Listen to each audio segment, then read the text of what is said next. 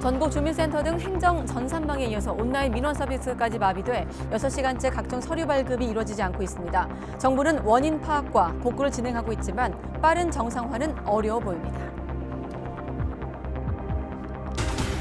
친윤계 용퇴론과 윤심 언급을 둘러싼 갈등 기류 속에 김기현 국민의힘 대표와 이뇨한 혁신위원장이 만나 신뢰를 확인했다고 밝혔습니다. 혁신위는 대통령실 출신도 예외 없이 상향식 공천을 요구하는 네 번째 혁신안을 내놨습니다. 제품의 가격은 올리지 않는 대신에 양을 줄이는 꼼수 인상에 대해 정부가 실태 조사에 들어갔습니다. 이달 말까지 주요 생필품부터 조사를 진행하고 신고센터도 운영합니다. 올해 대학 수학능력 시험이 어려웠다는 평가 속에 가채점 결과 1등급 커트라인이 지난해보다 내려갈 것으로 예상됐습니다. 정시에선 이른바 N수생들이 강세를 보일 거란 전망이 나옵니다. 에이펙 정상회의 참석차 미국을 방문한 윤석열 대통령이 현지에서 시진핑 중국 국가주석과 1년 만에 만나 짧은 담소를 나눴습니다. 한중 정상회담 개최 여부는 조율 중입니다. 정부와 국민의힘이 개식용 종식을 위한 특별법 제정을 올해 추진하기로 했습니다. 3년 유예 기간을 두고 단속에 들어간다는 내용인데 육견협회 등은 생존권을 보장하라며 반대 집회를 열었습니다. 뉴스큐 잠시 후에 돌아오겠습니다.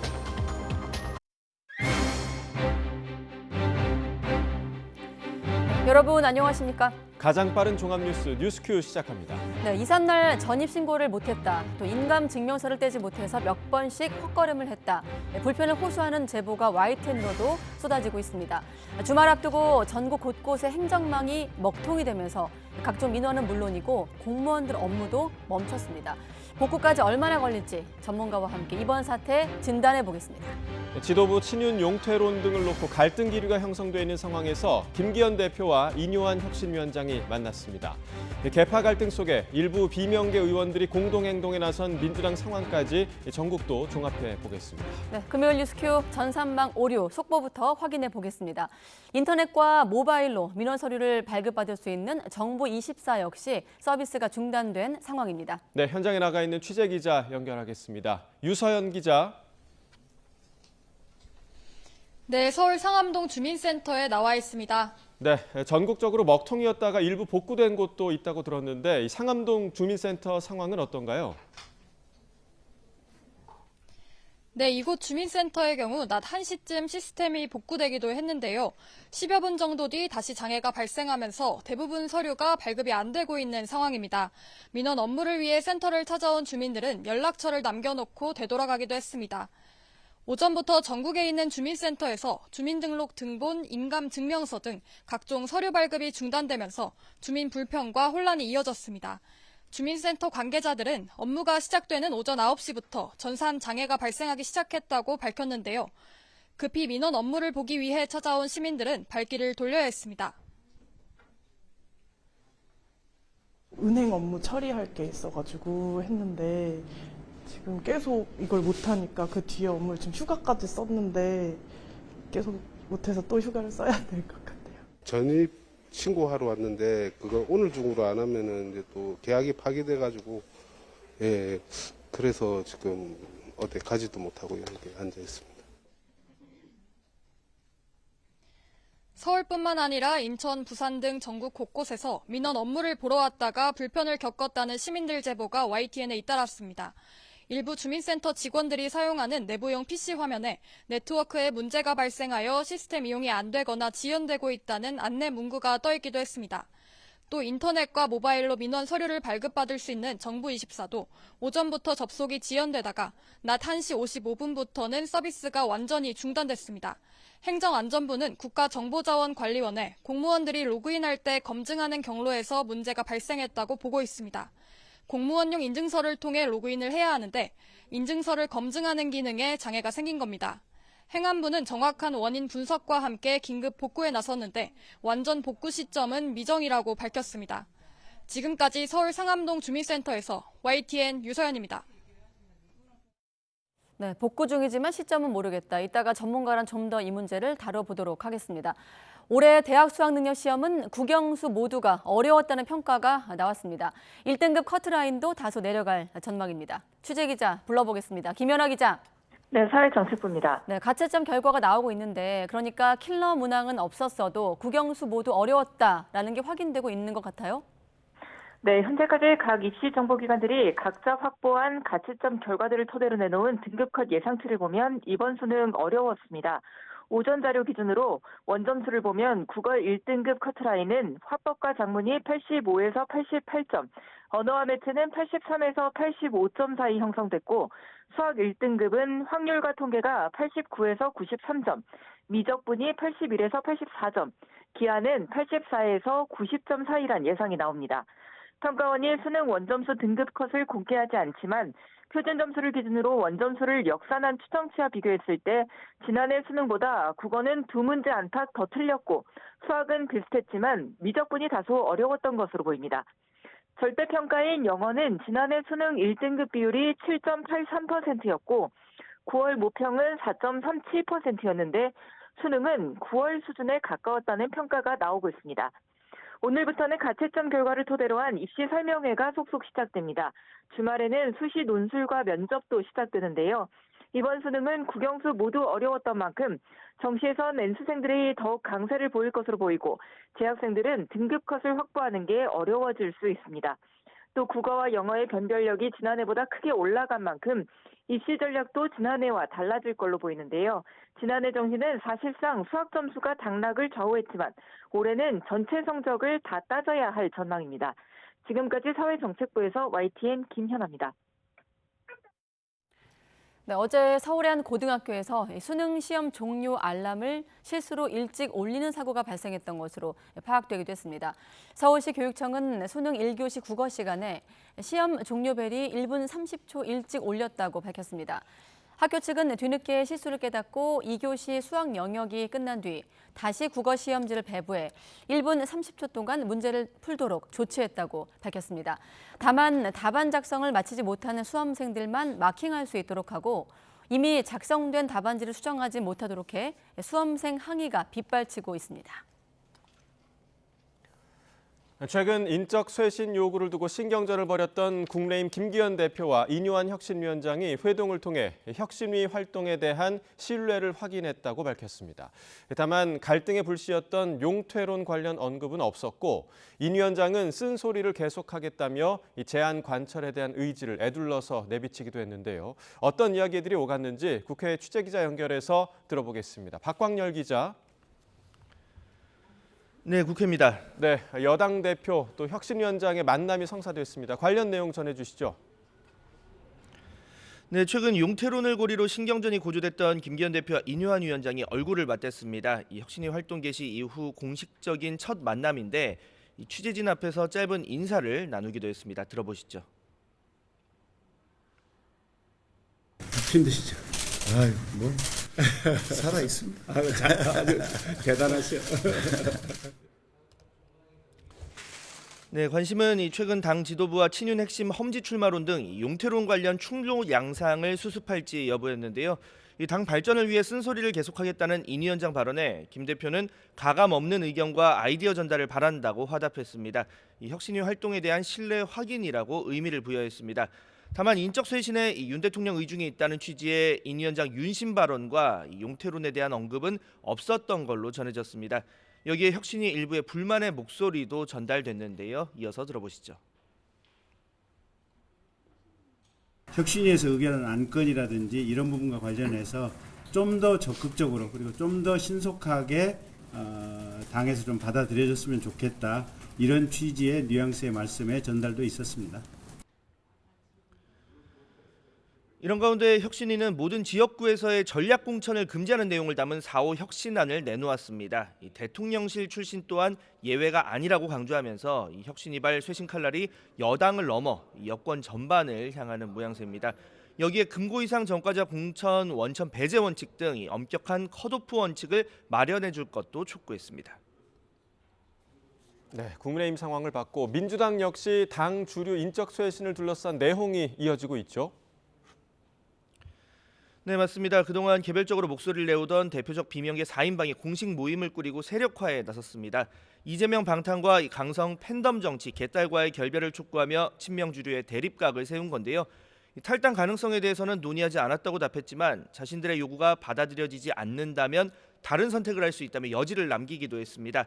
이 대표 험지 출마 요구 등 기득권 내려놓기 압박 강도도 높일 기세인데 이 대표는 여전히 말을 아끼고 있습니다. 대신 이 친명계를 중심으로 탈당을 위한 준비 단계라거나 이 먹물들의 탁상 공론일 뿐이라는 맞대응이 나오고 있습니다. 또 내년 총선에서 이재명 대표의 역할론 등을 부각하며 이 공세에 밀리지 않겠다는 뜻도 분명히 했습니다. 본격적인 총선 체제를 앞두고 비명계가 세력화에 나선 가운데 이 지도부 험지 출마 등을 둘러싼 갈등은 쉽사리 사그라지지 않을 거란 전망도 나옵니다. 지금까지 국회에서 YTN 박광렬입니다. 네, 윤석열 대통령의 국정 지지율이 지난주보다 소폭 내렸다는 여론조사 결과가 나왔습니다. 한국갤럽이 지난 14일부터 사흘 동안 전국 만 18세 이상 유권자 1,001명에게 물은 결과 윤석열 대통령 직무수행 긍정평가는 34%, 부정평가 56%로 각각 나타나고 있습니다. 긍정평가는 전주보다 2%포인트 내렸고 부정평가는 1%포인트가 올랐습니다. 정당 지지도는 국민의힘이 35%로 직전 조사보다 2%포인트가 내렸고 더불어민주당은 33%로 1%포인트 내렸습니다. 또 지지하는 정당이 없는 무당층 27%로 2%포인트 오른 것으로 집계가 됐습니다. 또 앞으로 1년간 우리나라 경제가 현재에 비해서 어떨 것으로 보느냐는 질문엔 나빠질 거라고 응답한 비율이 53%, 좋아질 것이다 18%로 나왔습니다. 자세한 내용은 중앙선거 여론조사 심의위원회나 갤럽 홈페이지를 참조하면 되겠습니다.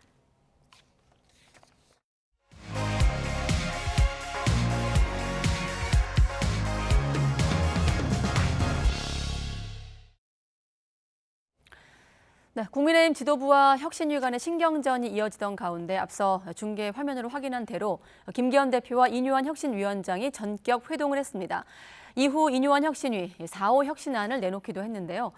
일부 비명계 의원들이 공동행동에 나선 민주당 상황까지 정치권 주요 이슈. 오늘은 김영우 전 국민의힘 의원, 또 박원석 전 정의당 의원 두 분과 함께하겠습니다. 안녕하십니까? 네, 안녕하세요. 안녕하십니까? 네, 아까 같이 함께 화면을 통해서 봤는데 긴급 회동, 좀 기류가 애매하게 좀 보이는 분위기였는데 저희가 정리한 일지가 있거든요. 23일에 혁신위가 출범을 했고 어떻습니까? 갈등의 기폭제가 된 지점은 어디라고 보십니까? 뭐 기본적으로는 국민의힘에서 혁신위원회를 만든 것 자체가 이미 갈등은 시작됐다고 봐야 되고요. 출범 자체가. 그렇죠. 그리고 이제 직접적으로는 혁신위원회가 영남의 중진 의원들 또 기득권 정치인들이 불출마 또는 험지 출마해야 된다라는 얘기를 이제 강하게 요구했잖아요. 네. 그때부터 이제 그 갈등이 좀 심화됐다 생각을 합니다. 특히 혁신위원회에서는 특히 그 김기현 당대표도 모범을 보여야 되는 게 아니냐 이런 얘기들이 오고 갔단 말이에요. 28일이네요. 네, 그렇기 때문에 그것이 이제 가장 직접적인 원인이 됐겠지만은 예. 이 혁신위의 운명 그리고 당 지도부의 운명이 갈등을 불러일으킬 수밖에 없다. 물론 이제 여러 가지 소통의 문제라든지 이런 것 때문에 오늘 당 대표와 혁신위원장이 만났죠. 네. 하지만 제가 볼 때는 앞으로 아마 더 불편하고 더 껄끄러운 상황이 계속해서 펼쳐지지 않겠나. 그게 저는 정상이라고 봅니다.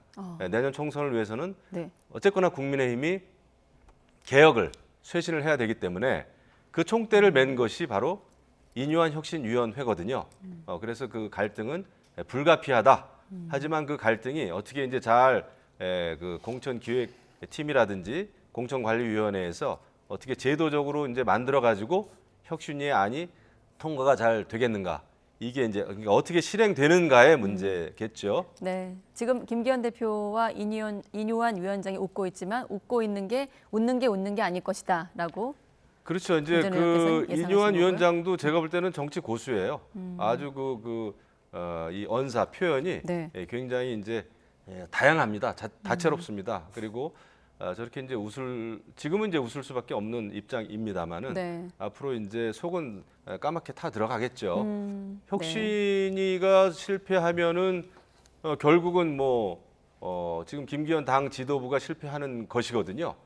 동일선상에 있기 때문에 지금은 서로 다른 것 같지만 저는 그 운명의 배에 그 같이 탔다 이렇게 생각합니다. 네, 다채로운 언사라고 하셨는데 아까 이뉴한 위원장이 힘드시죠라고 이제 김기현 대표가 했더니 아이고 뭐 살아있습니다 이런 얘기까지 포함해서 말씀하신 것 같은데 박지원 의원은 어떻게 좀 보십니까? 오늘 회동의 의미는 그런 것 같습니다. 그러니까 결국 현 당 지도부와 혁신위의 갈등이 지나치게 표면화되면 이게 지금 당장 뭐가 수습이 안 될 수도 있는 이제 그런 상황으로 치닫다 보니까 일단 갈등이 지나치게 표면화되는 것을 일정하게는 차단하기 위해서 김기현 대표 요청하에 회동을 했는데 근본적으로 당의 쇄신 방향을 둘러싼 견해가 일치하느냐 그렇지는 않은 것 같습니다. 그러니까 이뉴한 혁신위원장은 영남권의 다선 중진 그리고 이른바 이제 대통령과 가까운 윤핵관이라는 분들의 일선 후퇴, 불출마이거나 아니면 험지 출마 이거를 계속 요구하겠다는 뜻을 굽히지 않고 있는 것 같고 네.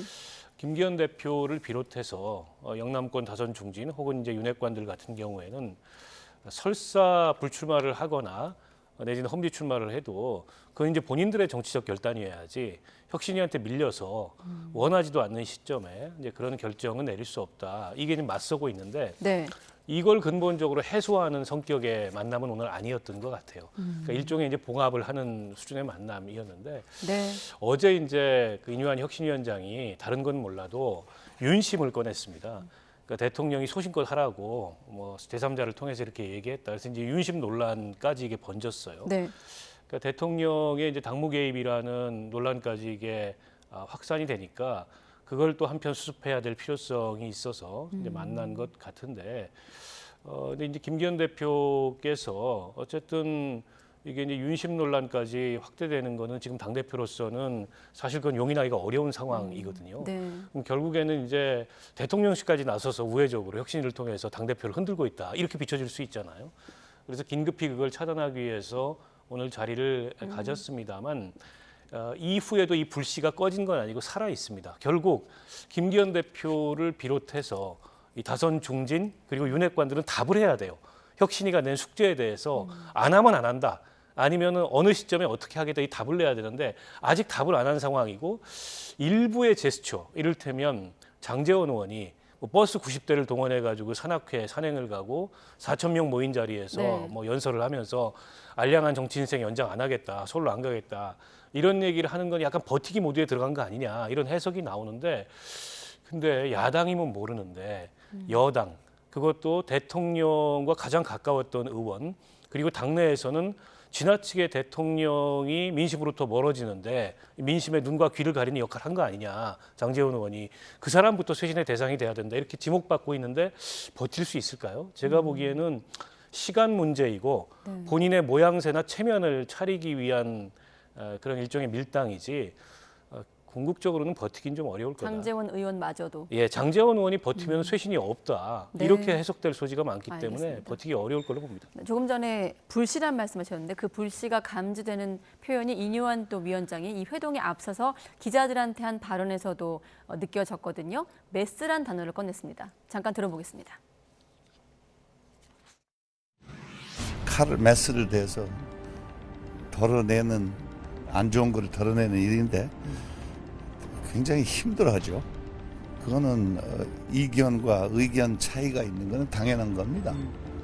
그래서 그거를 이제 소통으로 풀어가면서 당하고도 같이 움직여야 되니까 오늘 또 불필요한 오해가 많았어요. 아무 그 소신 있게 해라는 그런 뜻으로 이들 국민으로부터 받은 답이라고 생각합니다. 네, 이게 만남 전에 했던 얘기이기 때문에 바로 그 불필요한 오해에 대한 좀 해소가 있을까 싶었습니다만 우리가 좀 기대했던 뭐 중진 불출마, 대통령 신호 이런 관련 언급은 없었어요? 그런 얘기를 그 회동에서 했다면은 더 그 험악한 상황이 벌어졌겠죠. 네. 최근에 이제 있었던 여러 가지 그 갈등, 힘겨루기라 그럴까요? 그런 거를 조금 피해보고자 오늘 만난 거죠. 당원들을 좀 안심시키고 불필요한 오해라는 표현을 했습니다만은 그런 것을 봉합하기 위해서 오늘 만난 거기 때문에 그 자리에서는 그 중진 의원들에 대한 불출마, 험지 출마 이런 거를 얘기하기 힘들었을 겁니다. 하지만은 오늘 이제 회동 이후에도 얘기를 했지만은 인유한 혁신위원장은 앞으로도 쓴소리 계속하겠다. 네. 이런 얘기를 했습니다. 그리고 오히려 그 당 지도부의 수석 대변인 박정아 대변인이죠. 그쪽에서는 오히려 이제 절차와 논의 기구 이런 걸 거쳐야 하는 불가피한 상황에 대해서 공감했다. 그러니까 양쪽의 입장이 좀 달라요. 한쪽은 쓴소리 계속하겠다 이런 거였고, 그다음에 혁신위가 요구하는 혁신안이 잘 받아들여지지 않는 거에 대해서 이 혁신위는 좀 불편했다 이런 얘기였단 말이에요. 그러니까 네. 회동을 했습니다마는 본질은 좀 드러난 것 같아요. 그 기사를 자세하게 보면은 양쪽의 얘기가 조금씩 다릅니다. 네. 이것은 앞으로도 그런 그 갈등 이런 것을 예고하는 그런 어떤 그 표현들이 아닌가 싶은데, 결국 혁신위는 그 공천 개혁을 해야 되는 상황이죠. 공천 개혁의 핵심에 대해서는 오늘도 이제 얘기가 좀 나왔습니다만은 어떤 뭐 대통령실 인사라든지 이런 인사들에 대한 뭐 전략 공천 이제 없다 이런 것도 이제 4.5 그 혁신안으로 발표를 했는데, 앞으로 당 지도부와 혁신위 그리고 또 용산 간의 그 갈등이라 그럴까요? 네. 그 불화 이런 것은 피할 길이 없다 생각합니다. 네. 다음 질문이 오늘 만남 이후 수습 국면에 접어들까가 질문이었는데 두 분 모두 앞으로 좀 불씨가 남아있다. 갈등은 또 여전하다라고 말씀하셨기 때문에 넘어가기로 하겠습니다. 자, 이런 와중에 오랜만에 모습을 드러낸 인물이 바로 김무성 전 대표입니다. 혁신이 원로 강연 후에 이제 기자들을 만난 자리에서 친윤계를 겨냥한 발언을 했거든요. 인유한 위원장의 좀 요구와도 비슷한 맥락으로 들리는데 어떤 목소리일까요? 김무성 그 전 대표 같은 경우에 2016년도 총선 때 네. 이른바 이제 진박 공천 논란에 아주 그 한가운데 있었던 당사자입니다. 당시에 이제 도장을 들고 대표 직인을 들고 부산으로 내려갔다. 뭐 직인은 들고 내려간 건 아니라고 합니다만 네. 어쨌든 공천장에 이 대표 날인하는 것을 거부함으로써 결국 이제 몇 군데 무공천을 하고, 유승민 그 전 의원 같은 경우에는 어쨌든 공천을 못 받은 상황에서 무소속으로 출마해서 당선되는 그런 파동이 있었지 않습니까? 아마 그때 기억이 많이 났을 것 같아요. 그래서 오히려 지금 여당이 스스로 쇄신하는 모습을 보이지 못하고 기득권에 안주했을 때 총선 패배로 직결될 수밖에 없고, 여당의 쇄신과 희생은 대통령과 가까운 데서부터 일어나야 된다라는 게 일종의 이제 김무성 대표가 원로로서의 지론이 아닐까 싶습니다. 네. 그러니까 오늘 인유한 혁신위원장을 만난 자리에서 평상시 갖고 있었던 본인의 지론을 말씀을 하면서 인유한 위원장한테 사실상 결과적으로 힘을 실어준 게 아닌가 싶어요. 근데 이제 당내 원로들의 저런 얘기가 어쨌든 대통령 측근 혹은 영남의 다선들, 지금 이른바 이제 좀 버티기에 들어갔다, 이렇게 관측이 되는 분들에게는 좀 부담이 될 거고, 인유한 위원장은 이제 당내 우군이 좀 필요한 상황인데 네. 인유한 위원장한테는 좀 힘이 될 거고 이제 이런 네. 상황이 아닌가 싶은데요. 네. 저는 결국에 그 지금 이른바 이제 김기현 대표를 비롯해서 지금 이제 지목되고 있는 불출마 혹은 험지 출마 대상들이 궁극적으로는 아마 버티기가 어려울 거다 이렇게 예측을 합니다. 이거는 야당이 아니고 여당이기 때문에 그렇습니다. 더군다나 지금 아직 용산이나 대통령의 뜻이 명확치는 않지만 네. 지금까지 흐름으로 봤을 때 어쨌든 대통령이나 용산의 뜻도 뭔가 이게 쇄신의 면모를 보이기 위해서 그런 다선 중진 혹은 대통령의 측근이라고 외부에서 지목됐던 사람들의 일정한 양보나 희생이 필요한 거 아니냐, 이런 기류가 있는 것 같아요. 근데 대통령 뜻이 명확하게 그런 데 있다고 한다면 그걸 버틴다는 건 쉽지 않은 일이죠. 그런 네. 면에서 봤을 때 시간 문제고 결국엔 모양새 아니겠나라는 생각이 들고요. 네. 인유한 혁신위가 만약 성과 없이 빈손으로 종료된다라고 하면 그 얘기는 김기현 대표 체제도 더 이상 유지되기가 어렵다는 것을 의미합니다. 왜냐하면 재보궐선거에서 이 패배의 충격을 벗어나고자 혁신위원회를 만들었고, 김기현 대표가 어쨌든 비대위로 가지 않고 혁신위를 만들므로써 절충한 건데, 이 혁신위가 성과 없이 무너진다는 거는 김기현 대표 체제로 내년 총선 맞이하기 어렵다, 이 얘기하고 동일한 얘기거든요. 그러니까 어떻게 보면 이게 운명 공동체예요. 네. 그런 면에서 봤을 때 김기현 대표가 본인에게 뭔가 이게 부담이 되는 불출마 험지 출마를 얘기하고 있어서 다소 좀 불편한 모습을 보이고 있지만, 잘 생각해 보면 혁신위가 성과를 내야 김기현 대표 체제가 유지가 되는 겁니다. 그런 면에서 봤을 때 저는 김기현 대표가 일정 시점에서는 결단을 하지 않겠나 이렇게 예상합니다. 김기현 대표와 혁신위의 운명은 공동 운명체다라고 말씀하셨고 김무성 전 대표도 혁신위가 상향식 공천에 초점을 맞춰야 된다고 발언을 했는데 마침 또 4.5 혁신안 내용에 이런 내용들이 포함되어 있거든요. 상향식 공천, 엄격한 컷오프를 당이 요구했는데 또 다른 분란이 될 것 같기도 하고요. 그 김무성 대표께서는 늘 그런 얘기를 했어요. 그 정치권에서 일어나는 모든 만악의 근원은 공천이다. 이런 얘기인데. 네, 민주당만 봐도 그렇고요. 그렇죠. 네. 저도 경험을 했고요. 모든 것이 공천 때문에 빚어지는 일들입니다. 그래서 그런 공천 개혁이 제대로 되지 않는 한 여러 가지 그 정치권의 뭐 비리라든지 아니면 소신 그 있는 정치를 못 한다든지 말이죠. 네. 이런 그 정치적인 악행들이 바뀌지가 않을 겁니다. 그래서 이번에 이제 혁신위가 4.5 개혁안으로 발표한 그 전략 공천 없다. 그다음에 상향식 공천으로 해야 된다. 특히 대통령실 관계자들, 인사들 전략 공천 없다라고 하는 것은 지극히 원칙적으로 옳은 방안입니다. 이거를 어떻게 실질적으로 실행하느냐가 저는 이번에 우리 당의 개혁 또 총선 승리의 승패를 좌우한다 이렇게 생각합니다. 그래서 이것을 이루려면은 네. 굉장히 이제 어려움이 예상이 되죠. 또한 여기서 엄격한 컷오프 기준을 마련하겠다 이런 얘기를 했어요. 이 엄격한 컷오프 기준 세 가지로 이렇게 발표를 했더군요. 여러 가지 그 당 명예 실추 시킨 사람들 안 된다. 또 뭐 금고 이상 유죄받은 사람 안 된다. 그다음에 이제 사회적 무리를 빚은 사람 안 된다. 그러니까 이런 도덕적인 법적 기준을 강하게 만들 겁니다. 이걸 가지고 아마 현역 의원들에 대한 그 판단, 컷오프 기준으로 활용되지 않겠나 싶어요. 이제 그걸 놓고 기성 정치인들, 또 정치 신인들, 또 대통령실 인사들 간에 굉장히 이제 갈등이 예상은 됩니다. 그래서 갈등 자체를 피할 길은 없는데 네. 어쨌거나 국민의힘과 민주당은 공천 개혁을 어느 당이 더 확실하게 국민의 기준에서 말이죠. 지금은 뭐 대통령의 어떤 생각, 개혁에 대한 생각 이런 게 중요한 게 아니라 지금은 민심에 기반한 개혁을 누가 하느냐의 싸움이다 생각하고 더더군다나 저는 윤석열 대통령도 이 혁신위와 운명을 같이 한다. 그러니까 개혁의 실패는 곧 대통령실의 실패이기도 합니다. 왜냐하면은 지금 그 개혁을 하고자 혁신위가 네. 만들어졌는데 이게 실패하면은 총선 실패거든요. 그렇게 되면 윤석열 정부는 직격탄을 맞게 되는 거죠. 그래서 무슨 신호를 줬다, 메시지를 줬다 저는 이게 중요한 게 아니라 네. 개혁에 대해서는 혁신이 당의 혁신과 대통령실도 운명 공동체다 이렇게 생각합니다. 그렇군요. 아까 그 4.5 혁신안 내용 중에서 대통령실 출신 인사는 예외다라는 건 좀 직관적인데 사회적 무리를 일으킨 자, 당의 명예를 실추시킨 자, 좀 어떻게 보면 좀 모호하기도 하고 누굴 좀 겨냥하는 그렇죠. 굉장히 걸까요? 포괄적이고 네. 추상적인 기준인데요. 그 혁신위의 설명에 따르면은 더 세부적인 기준은 공천관리위원회에서 만들지 않겠냐. 혁신위가 그것까지 정하기는 좀 어렵다. 예. 뭐 그 말도 틀린 말은 아니라고 보고요.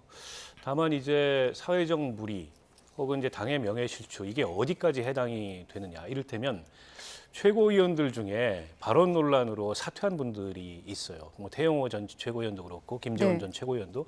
그럼 이분들은 뭐 사회적 무리 이런 데 해당이 안 되느냐. 당의 명예 실추 해당이 안 되느냐. 보기에 따라서는 해당이 될 것 같거든요.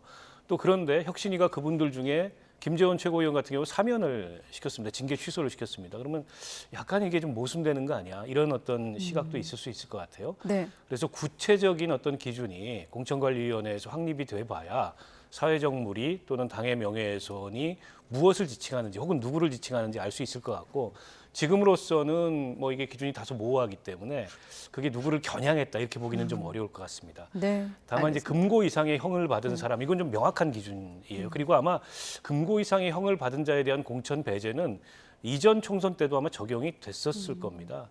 때문에 새로운 기준은 아닌 것 같고요. 그보다 더 의미 있는 건 전략 공천 배제.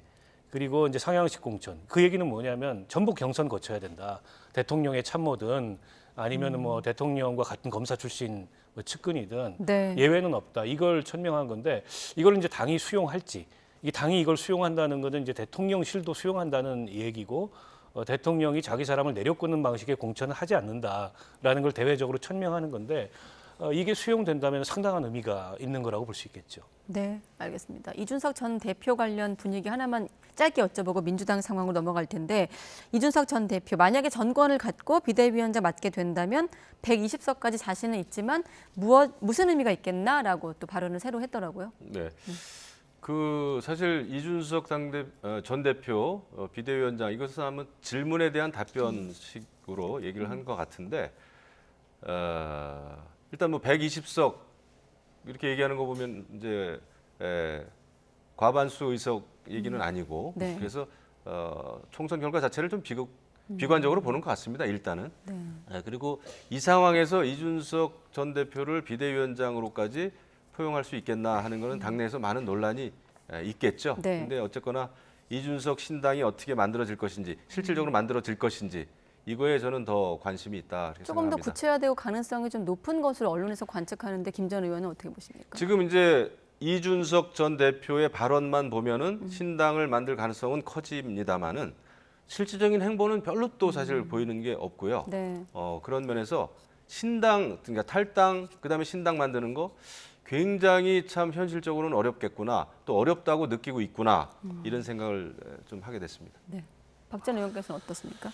근데 저도 그래서 이 그 텍스트를 전후를 전체를 봤는데 아마 이제 진행자의 질문이 그 비대위원장 같은 총선의 전권을 준다면 당에 남는 거냐 이 질문이 오니까 본인이 전권을 맡는다 하더라도 지금 총선 상황이 아무리 잘해야 그 정도일 거다. 110석, 120석. 그러니까 비관적으로 보는 거죠. 지금 흐름 자체를. 그리고 뭐 그걸 한다 그런들 무슨 의미가 있겠냐. 이렇게 얘기한 거여서 나한테 비대위원장을 맡겨주면 내가 총선을 승리로 이끌 수 있다. 뭐 이런 식의 언급은 아니었던 것 네. 같아요. 오히려 지금 상황도 굉장히 비관적으로 보고 회의적으로 본인한테 그런 역할이 돌아온다는 것에 대해서 이렇게 전망하는 것 같았고요. 다만 이준석 전 대표가 이제 신당 얘기를 꺼내놨는데 지금 객관적으로 드러나는 모습은 신당을 만들기 위해서 진력하기보다는 뭔가 이게 여전히 당내에서의 그런 어떤 방향 전환과 당내에서의 다른 역할을 기대하거나 혹은 뭐 미련을 갖고 있는 거 아니냐 이런 관측이 있는데요. 네. 물론 이제 신당은 그 말로 만드는 게 아니고 발로 만드는 겁니다. 부지런히 뛰어가지고 창당하기 위해서 지역 조직도 만들고 이렇게 해야 되는데 일단 이준석 전 대표는 12월 말이라는 시점을 예고를 해놓고 그때까지는 어쨌든 본인이 프레임을 세게 작동시켜서 구도를 만들겠다. 네. 여기에 주력을 하는 것 같아요. 다만 그 이후에 정말 발로 뛰어가지고 신당을 만들 수 있느냐, 그러니까 당적 실체를 만들 수 있느냐. 당이라는 거는 뭐 신당 선로 당이 되는 게 아니고 실제 물리적 실체가 있어야 되거든요.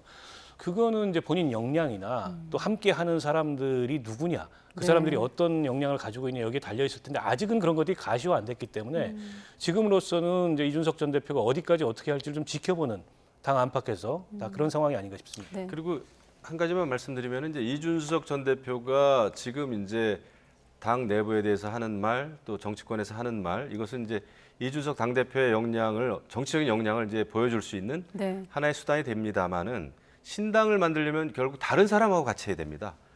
본인과 성격도 다르고 정치적인 어떤 이력도 다른 사람들하고의 그런 그 행보를 같이 해야 되는데 결국은 그것이 과연 이준석 개인과 새로운 정당 안에서의 이준석 이게 같을 수 있겠는가 이제 그런 고민도 있는 것 같아요. 네, 알겠습니다. 조금 전에 박 전 의원께서 실체라는 표현 하셨는데 이들의 실체는 어떻습니까? 비명계 의원 4명이 원칙과 상식이란 모임을 결성을 했고 어제 마침 또 이상민 의원을 연결해서 이 4명과 이상민 의원의 차이를 제가 직접 물어보기도 했는데 두 분은 어떻게 그 차이점이 뭐라고 보십니까? 그래서 저는 뭐 행보를 같이 해오신 걸로 생각을 했는데 그 선택이 조금 다른 것 같습니다. 어쨌든 원칙과 상식이라는 모임을 만들어서 집단적으로 당의 정풍과 개혁을 추진하겠다는데 더 방점을 내부는 두는 것 같고 네. 이상민 의원께서는 민주당이 변화할 가능성이 없다. 그리고 개인적으로는 더 절망을 많이 하신 것 같고요. 민주당 지금 내부 상황에 대해서. 그래서 오히려 이제 결심하고 정리를 해야 되는 거 아니야. 당을 벗어날 결심을 해야 되는 거 아니에요. 약간의 차이가 좀 있는 것 같아요. 이게 이제 뭐랄까요? 그 시점의 차이랄까? 이런 차이로도 보이고 아직까지 이제 그 네 분 같은 경우에는 최종적인 결정을 하지 못한 이제 그런 차이로도 보이는데 근데 이제 저분들이 요구해 왔던 바는 거의 같습니다. 이게 뭐 방탄 정당 돼서는 안 되고 개딸 정당 돼서는 안 되고 네. 그리고 김대중 노무현의 민주당으로부터 현격히 민주당이 지금 이탈하고 있다.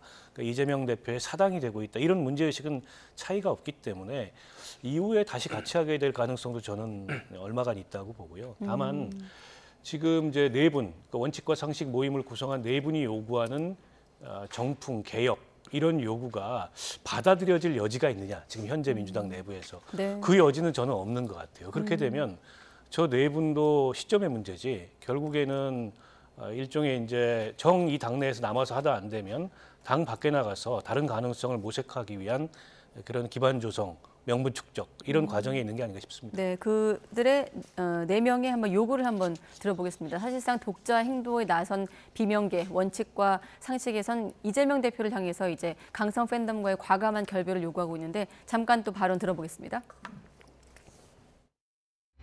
이재명 대표께서 또 제명인의 마을 이장을 하고 계신데 제명인의 마을에서 사실은 이런 당내 다양성에 대한 공격과 그리고 증오, 혐오 이런 것들이 지금 이루어지고 있거든요. 거기에 대해서 단호하게 손을 그어야 된다고 여러 번 말씀을 드렸는데 그런 부분에 대해서 여전히 아무 이 소식이 없고 그래서 대표께서도 아마 한 차례도 아니고 몇 차례 사진까지 올리면서 이런 행동에 민주당이 무슨 도움이 된다고 생각하십니까? 라고 강하게 그런 문제를 지적을 한 적도 있고 또 이것도 이제 부족하다고 말씀을 하시는데 진짜 어떤 정치를 혐오 문화로 이끄는 것에 대해서는 필요하다면 더 강력한 조치를 해야 된다고 저 또한 생각을 합니다. 네, 지금 한병도 위원장 같은 경우는 혐오 문화로 이끈다고 했습니다만 이상민 의원 같은 경우는 이런 얘기는 진작에 했어야 되고 지금은 이런 논의할 단계가 지났고 지금은 행동에 나설 때라고 이상민 의원은 얘기를 하더라고요. 이상민 의원은 그 탈당 저는 직전이다 생각합니다. 이미 여태까지 해온 발언을 보면 그렇게 생각이 되고 어제는 굉장히 고심이 깊어 보이시던데. 예, 그러니까 탈당 직전에 고심이 너무나 깊죠. 예, 지금 가장 고심이 깊을 시점입니다. 네. 그리고 그 원칙과 상식 그 네 분의 민주당 의원들 이분들도 뭐 12월 안에 당이 결정을 해야 된다. 그래서 몇 가지 요구를 했어요. 12월 안에 도덕성 회복, 민주주의 회복, 비전 정치 회복. 근데 요구 사안이 너무나 추상적이고 큰 주제 아닙니까? 지금 민주당이 어떻게 12월 안에 도덕성을 회복하고 민주주의를 회복하고 비전 정치를 회복하겠어요? 이것은 결국 이제 지금 민주당하고는 굉장히 생각이 많이 다르다라는 얘기를 하면서 동시에 또 그렇다고 해서 지금 뭐 그분들은 탈당을 할 생각은 없어 보입니다. 오히려 제가 보는 견지에서는 당 지도부가 당이 우리들을 여태까지 다른 목소리를 내왔던 우리들을 저는 포용해달라라는 그 요구라고 받아 해석이 돼요. 네. 그렇기 때문에 이것에 대해서 이제 어떻게 할 것인지는 당 지도부와 이재명 대표에게 달려 있다.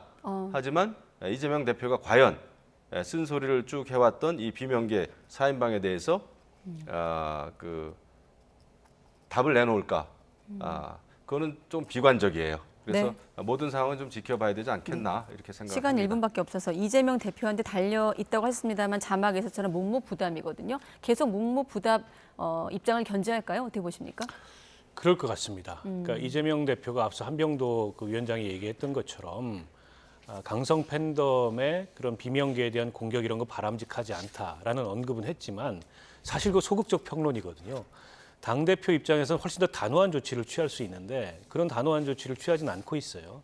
그 점에 대한 의구심을 지금 이른바 이제 혁신계 의원들, 비명계 의원들은 거두지 않는 거고 그 평행선이 제가 보기엔 좁혀지기가 어렵습니다. 그런 면에서 봤을 때 지금 원칙과 상식 네 분의 요구 사항도 그걸 몰라서 하는 게 아니고 어쨌든 본인들의 여러 가지 명분들을 정치적 명분을 축적하고 마지막까지 당이 이렇게 가서는 안 된다라는 목소리를 내기 위한 이제 그런 행동의 일환으로 보입니다. 네, 여기까지 듣겠습니다. 네, 오늘은 김영우 전 의원, 박원석 전 의원 두 분과 함께했습니다. 고맙습니다. 고맙습니다. 감사합니다.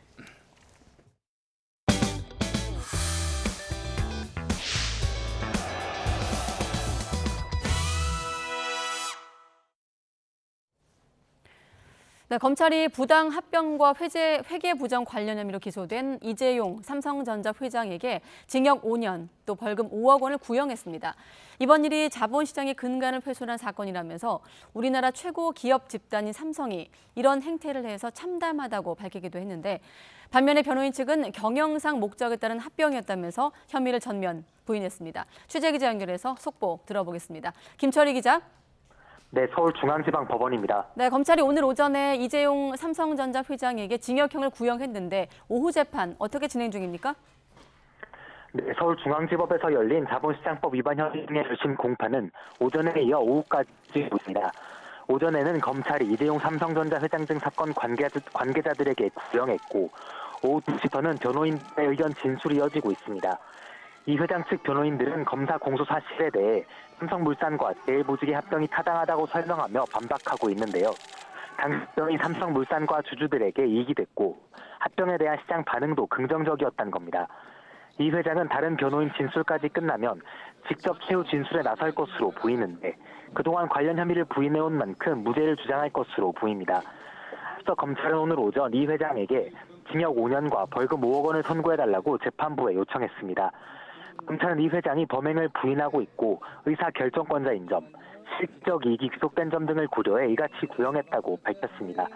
또 함께 기소된 최지성 전 삼성전자 미래전략실장과 김종중 전 전략팀장에게는 각각 징역 4년 6개월을, 장준관 미래전략실 차장에게 징역 3년, 벌금 1억 원을 구형했습니다. 검찰은 이번 사건을 이렇게 돌아봤습니다. 그룹 총수 승계를 위해 자본시장의 근간을 훼손한 사건. 그러면서 이 과정에서 삼성이 각종 위법행위가 동원된 말 그대로 삼성식 반칙의 초격차를 보여줬다고 질타하기도 했습니다. 이어 사회 구성원들이 힘들게 쌓아올린 자본시장과 회계 구조 등에 대한 신뢰를 1등 기업 삼성이 훼손했다는 점도 강조했습니다. 그동안 이 회장은 지난 2015년 삼성그룹 경영권 승계를 위한 지분 확보를 위해 자회사 분식 회계와 불법 합병을 주도했다는 혐의를 받고 있습니다. 당시 제일모직 대주주였던 이 회장은 제일모직과 삼성물산 합병으로 탄생한 통합 삼성물산 최대 주주가 되면서 삼성생명과 삼성전자로 이어지는 지배 구조를 확립했는데요. 이때 이 회장 등이 유리한 합병 비율 확보를 위해 제일모직 주가는 띄우고 삼성물산 주가는 낮추는 등 불법 행위에 나섰고, 이로써 삼성물산 주주들에게 손해를 끼쳤다는 게 검찰 주장입니다. 이 밖에도 이 회장은 합병 과정에서 제일모직 자회사인 삼성바이오로직스의 자산을 부풀리는 4조 원 규모의 분식 회계를 한 혐의도 받습니다. 오늘 검찰의 구형은 지난 2020년 9월 이 회장이 기소된 뒤 3년 2개월 만에 이루어졌는데요. 일반 사건이라면 구형 뒤 선고까지 한 달 정도가 걸리지만 이번 사건은 관련 수사 기록이 20만 쪽에 달할 정도로 내용이 방대하고 피고인 수도 많아 승부는 빨라도 내년 초에나 이뤄질 것으로 전망됩니다. 지금까지 서울중앙지방법원에서 YTN 김철입니다. KT그룹의 현대자동차 관계사 지분 고가 매입 의혹을 수사하고 있는 검찰이 KT와 KT클라우드 직원들에 대한 강제 수사에 나섰습니다. 검찰은 이들이 KT클라우드가 지난해 차량용 클라우드 업체 스파크앤어소시에이츠의 지분 매입 과정에서 정상 가격보다 비싸게 거래해 KT에 피해를 준 것에 관여한 것으로 보고 있습니다. 우유와 빵, 라면 등 먹거리 가격을 줄줄이 인상했던 식품업계가 3분기 깜짝 실적을 내며 두둑한 지갑을 챙겼습니다. 국제 곡물 가격은 최대 50%나 떨어졌는데 인하된 가격을 반영하지 않거나 오히려 용량을 줄여 파는 꼼수 인상으로 이 고물가를 부채질한다는 비판도 나오고 있습니다. 홍상희 기자입니다.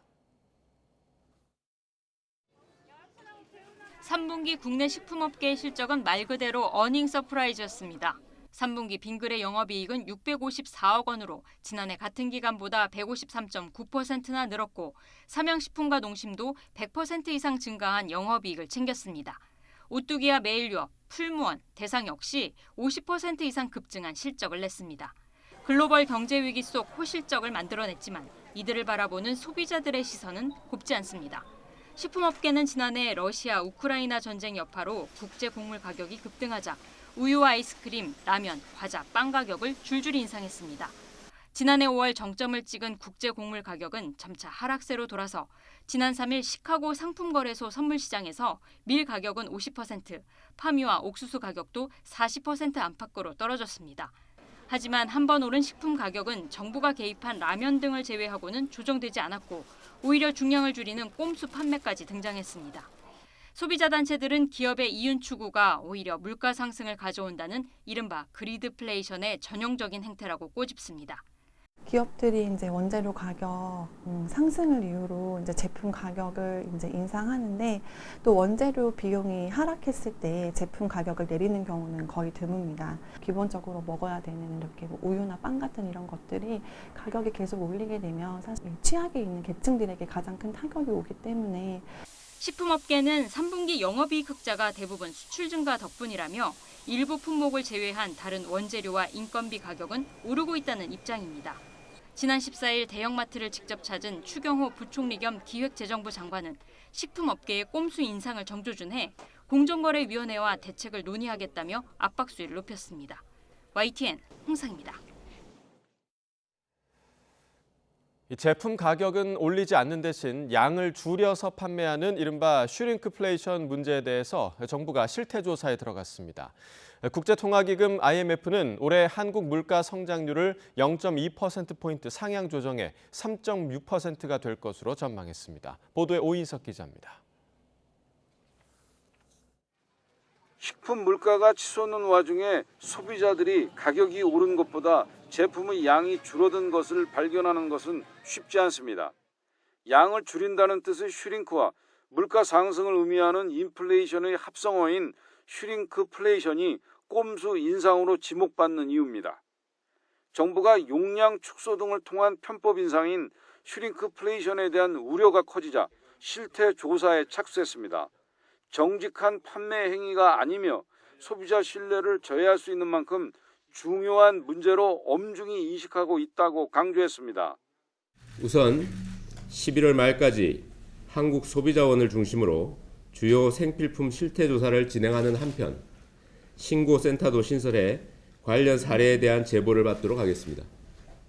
실태 조사를 바탕으로 소비자의 알 권리를 높일 수 있는 구체적인 방안을 조속히 마련하기로 했습니다.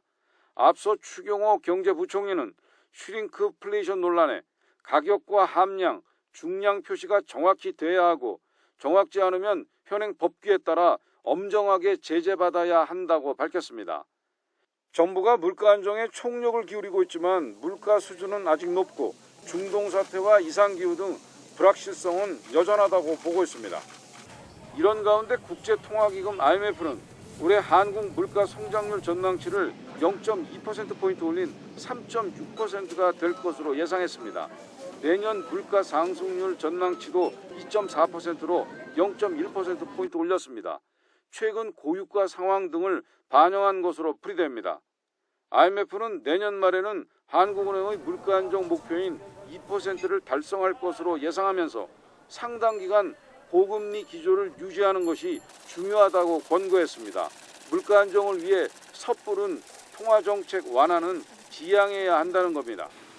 반도체 수출 개선과 관광산업 회복 등 점진적 반등으로 한국 경제는 올해 1.4%, 내년엔 2.2% 성장할 것으로 IMF는 전망했습니다.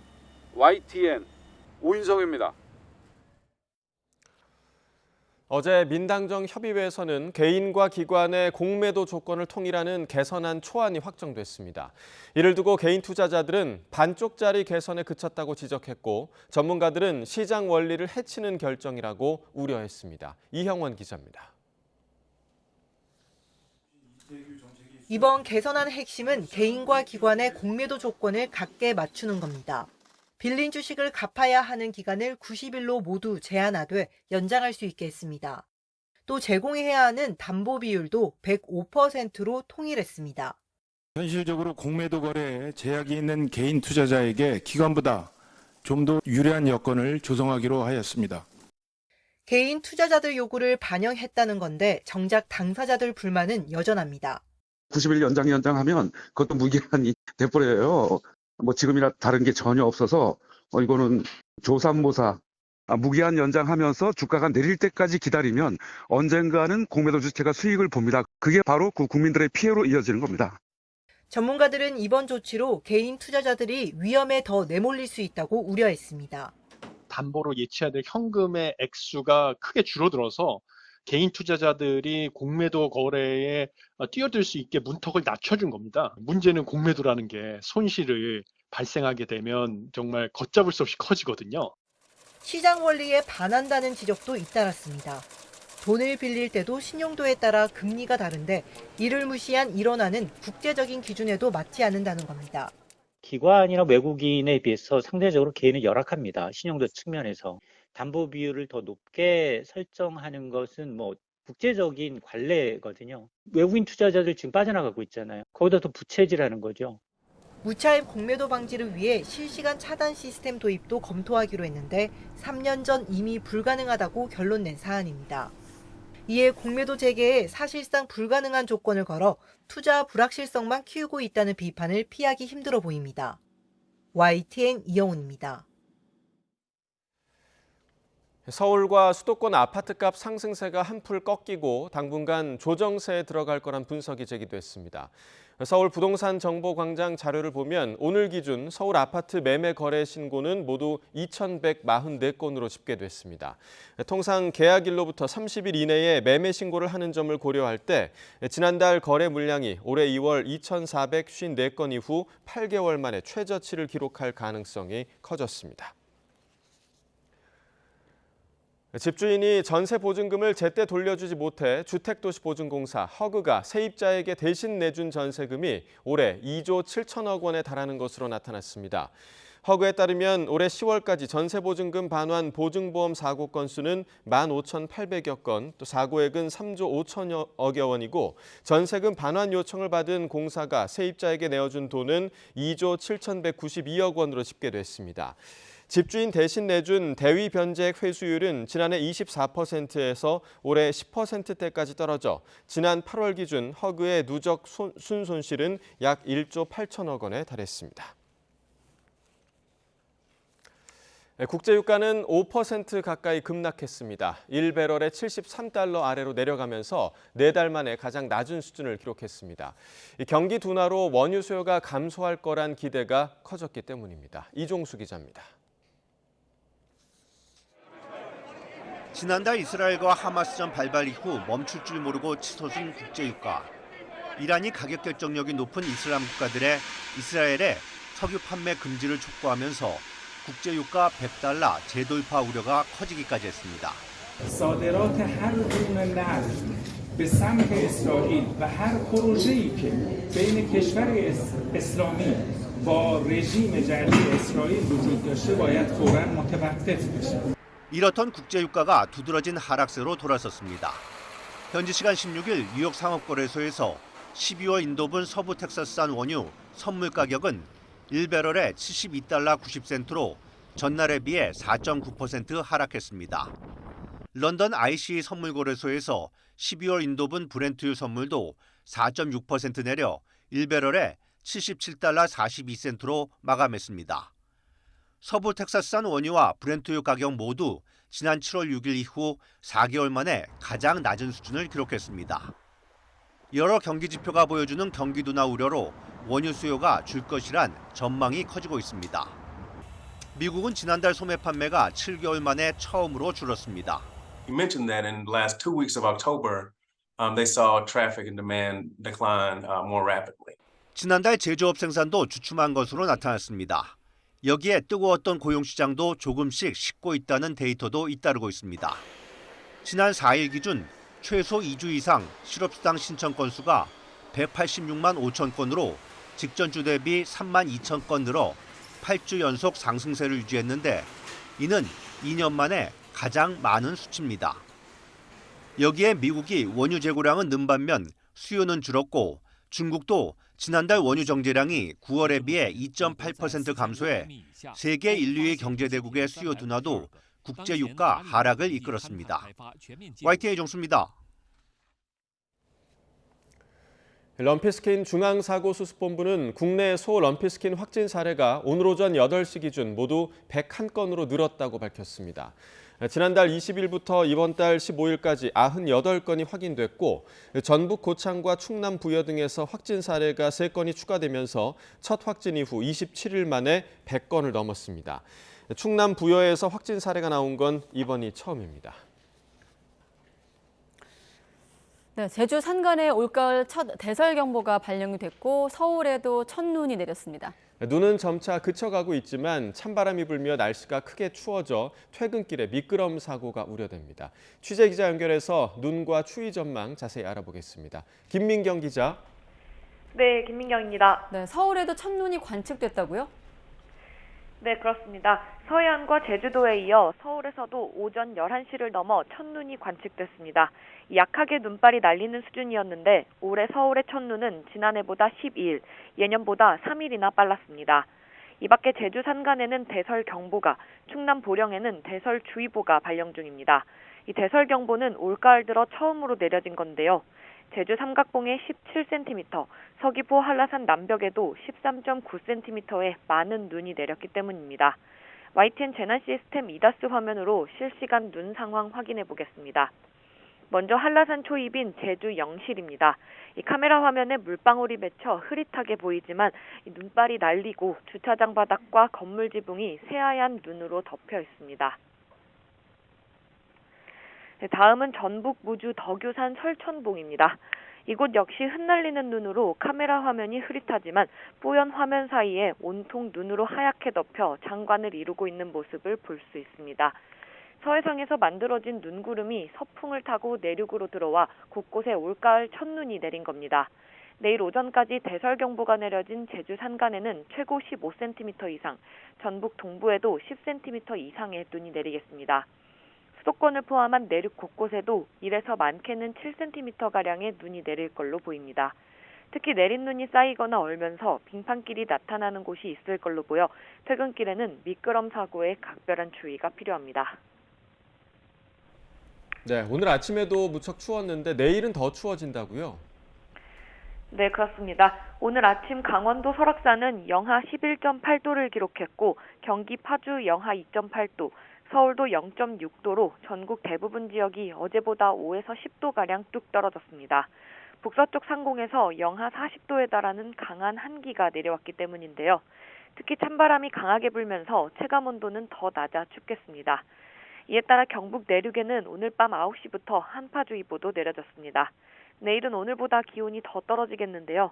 내일 아침 강원도 대관령이 영하 10도, 경기 파주 영하 7도, 서울도 영하 4도로 올가을 최저기온을 기록할 걸로 보입니다.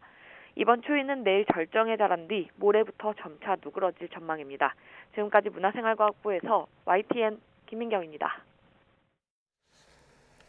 대기 불안정으로 제주 곳곳에 우박이 떨어져 일부 농작물 피해가 발생했습니다. 오늘 아침 9시쯤 제주도 구좌읍에 1cm 안팎의 우박이 10분가량 쏟아지는 등 제주 지역에 우박이 쏟아졌습니다. 이 때문에 제주 서부 지역에서 재배 중인 배추와 양배추잎 등이 우박에 상처를 입는 피해가 났습니다. 제주지방기상청은 대기가 불안정해 쌀락 우박이 떨어졌다며 내일 새벽까지 우박이 내리겠다며 안전사고에 유의해달라고 밝혔습니다. 정부와 여당이 개 식용 종식을 위해서 식용견 사육과 도살, 유통, 판매를 금지하는 특별법을 올해 안에 제정하고 3년 유예 기간을 거쳐서 오는 2027년부터 단속하는 방안을 추진하기로 했습니다. 국민의힘 요이동 정책위 의장은 국회에서 열린 개 식용 종식을 위한 민당정 협의회를 마친 뒤 이 같은 내용의 추진 방안을 발표했습니다. 또 축산법상 가축에서 개를 제외해 식용으로 키울 수 없도록 하고 특별법 공포 즉시 식용 개 사육 농가와 도축 유통업체, 식당 등이 지자체 신고와 함께 개 식용 종식 이행 계획서를 제출하게 하겠다고 덧붙였습니다. 이와 관련해 개 식용 금지에 반대하는 단체들은 생존권을 보장하라며 개 식용 종식 관련 특별법 제정 철회를 촉구했습니다. 대한육견협회와 육견상인회 등은 오늘 오전 국회 앞에서 기자회견을 열어 해당 법안은 식용 개 사육 농민들의 생존권을 내팽개치는 것이라며 특별법 철회를 주장했습니다. 단체는 또 지난 8월부터 지금까지 수십 차례 면담을 요청했지만 단 한 번의 연락도 없었다면서 농림축산식품부를 규탄했습니다. 네, 오랜 기간 이어져온 개 식용 논란, 곧 종지부를 찍을 수 있을까요? 여야 모두 올해 안에 특별법을 만드는 데 공감하고 있는 데다 또 방금 들으신 것처럼 당정이 오늘 관련 협의회를 열고 올해 안에 개 식용을 금지하기로 한 겁니다. 가능한 한 빨리 개식용 문제를 해결하기 위해 연내에 개식용 종식 특별법 제정을 추진하겠습니다. 특별법 공포 즉시 식용 개 사육 농가, 도축 유통업체, 식당 등은 지자체 신고와 함께 종식 이행 계획서를 제출하도록 하겠습니다. 네, 1988년 서울 올림픽을 앞두고 본격적으로 제기된 개 식용 문제, 무려 40여 년 가까이 논란의 세월을 거쳤는데요. 이 가깝게는 지난 20대 국회에서 동물보호법, 또 축산법 등의 개정안을 통해서 이 개 식용 금지법이 발의되면서 본격적으로 국회 차원의 논의가 진행이 됐습니다. 현재 관저에서 10마리가 넘는 강아지와 고양이를 키우는 것으로 알려진 윤석열 대통령 부부의 반려동물 사랑도 이런 논의에 속도를 붙게 했죠. 윤 대통령은 후보 시절 개 식용 금지 추진을 공약으로 내걸기도 했고요. 실제 관련 내용을 이처럼 국정과제에 포함을 하기도 했습니다. 또 김건희 여사도 지난 4월 청와대 상춘제에 동물보호단체 관계자들을 초청해서 이 정부 임기 내에 개 식용을 종식하도록 노력하겠다. 또 그것이 저의 본분이다 라면서 이 문제 해결에 대한 적극적인 의지를 드러내기도 했습니다. 물론 반대 의견도 여전히 존재합니다. 생명 존중을 명분으로 하는 개 식용 금지는 앞뒤가 맞지 않다. 다른 동물의 생명은 왜 말하지 않는 거냐 이렇게 이야기하기도 하고요. 또 육견협회 반발도 큽니다. 반려견과 식용개는 다르다. 관련 산업 종사자들의 생존권을 보장해야 한다라는 목소리도 꾸준한 상황이죠. 자, 그럼에도 불구하고 여야는 최근 각각 이 개 식용 종식법을 당론으로 채택을 했고요. 또 오늘 민당정 협의회로도 이어지면서 연내 통과의 무게가 실리고 있는데요. 이 특별법 통과가 40년 논란의 마침표가 될 수 있을지 주목되고 있습니다.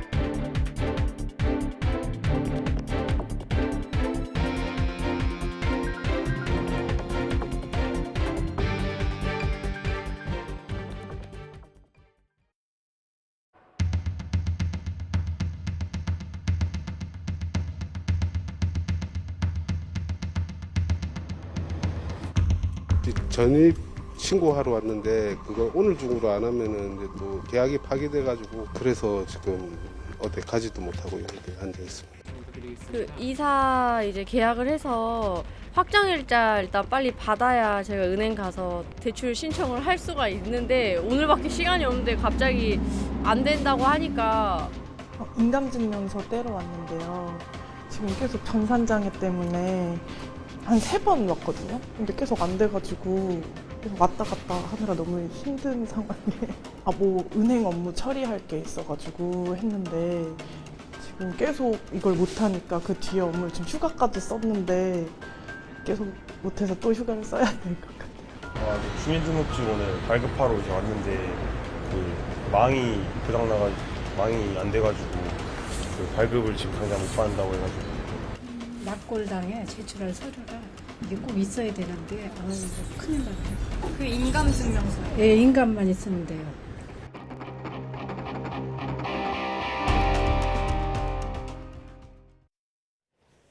네, 이렇게 불편의 목소리가 쏟아지고 있습니다. 오늘 오전부터 전국 곳곳에서 행정 전산망이 마비되면서 주민들이 민원 업무를 보지 못하는 불편을 겪고 있습니다. 네, 온라인 서비스죠. 정부24도 오후 1시 55분부터 접속이 안 되고 있는데요. 전문가 모시고 자세한 이야기 나눠보겠습니다. 김영중 호서대 교수 나와 계십니다. 어서 오십시오. 네, 안녕하십니까. 네, 행정 전산망이 먹통인 상황, 온라인 정부24까지 중단된 상황이고 이렇게 아까 들으신 대로 여러모로 불편을 겪고 있고 공무원들도 공무원들 나름대로 지금 난처해 하고 있는 그런 상황입니다. 자, 전국 단위로 지금 이렇게 행정이 마비가 된 건데 교수님은 지금 이번 사태를 어떻게 좀 보고 계십니까? 예, 좀 그 안타까운 일인데요. 네. 이런 일이 이번에 처음 생긴 건 아니고 2015년 3월에도 그 같은 그 세월 시스템이라고 하는 곳에서 문제가 생겼었는데 네. 그때는 2시간 만에 이제 복구가 됐습니다. 그런데 이번처럼 이렇게 하루 종일 문제가 해결이 안 되고 또 내일도 뭐 해결이 될지 아직은 그 불투명하기 때문에 네. 여러모로 그 민원을 보려고 하는 사람들에게 이제 피해가 많이 있는데 그 2015년만 해도 이 행정 전산망을 이용해 가지고 민원 서비스를 하려는 사람들이 많지 않았어요. 네. 그런데 이제 이 편리한 시스템이 널리 보급이 되다 보니까 사람들이 점점 이것을 많이 쓰게 됐고 또 그때는 제공되는 서비스도 많지가 않았는데 예. 지금은 많아졌지 않습니까? 아, 그런 차이가 있네요. 예, 그러다 보니까 이것으로 인해서 지금 아까 말씀하신 것처럼 여러 가지 피해가 나타날 수 있습니다. 예. 자, 복구를 시키려면 원인 파악이 돼야 하는데 네. 지금 행안부에서는 국가정보자원 관련 네트워크 장비에 오류가 있어서 공무원들이 시스템에 로그인을 할 때 문제가 생겼다. 그러니까 인증서를 검증하는 기능에 문제가 생겼다라고 했는데 이게 무슨 뜻인가요?